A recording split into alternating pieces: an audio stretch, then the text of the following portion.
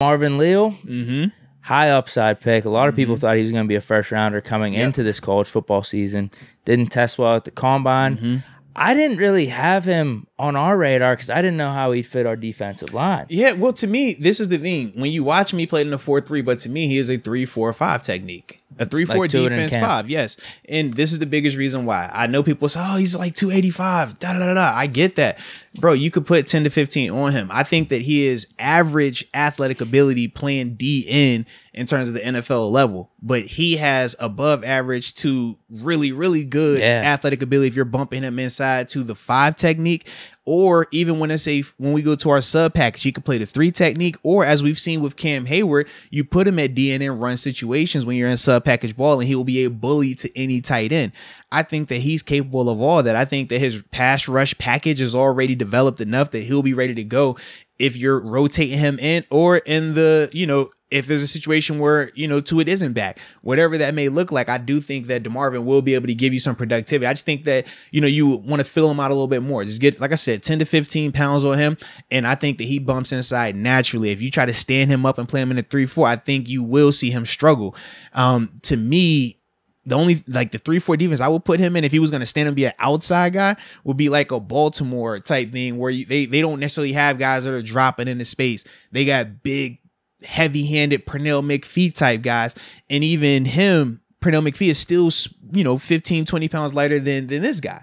So that's why for me, man, I think that he just transitions perfectly. You bump him down into that 5 technique. Because even when they were running the 4-3 defense and he was that DN type, he was always going to the strength, the run strength side of it. And they were running like what's called like an underfront. So they would walk the athlete linebacker down to the line of scrimmage, still be off the ball, but he's the coverage guy. Whereas you knew across, that's the guy that's going to be, stuffing the run. That's the disruptor. That's the heavy-handed guy. You watch him rush the passer out there as an end.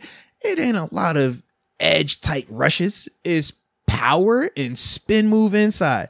That's just, what you get when you get a big body. Like that would look, if you had Tuitt in a 4-3 defense playing DN, that's what it would look like on tape. So that's why for me, I just think that you bump him inside and he will be fine. You put it, like I said, 10 to 15 pounds on him, he'll be good to go, man. Yeah. But I like that pick a lot, man. Really good pick. Also considering the uncertainty with the Tuitt situation. Even if he is back, though. Yep. As someone mentioned in the chat, he only has 1 more year on his contract, so there's that. And also, Cam Hayward's getting up there in age. Yep. So to just get younger on the defensive line, potentially find a replacement for either one of those 2 dudes, at a guy that, like I said, has first-round talent. Yes.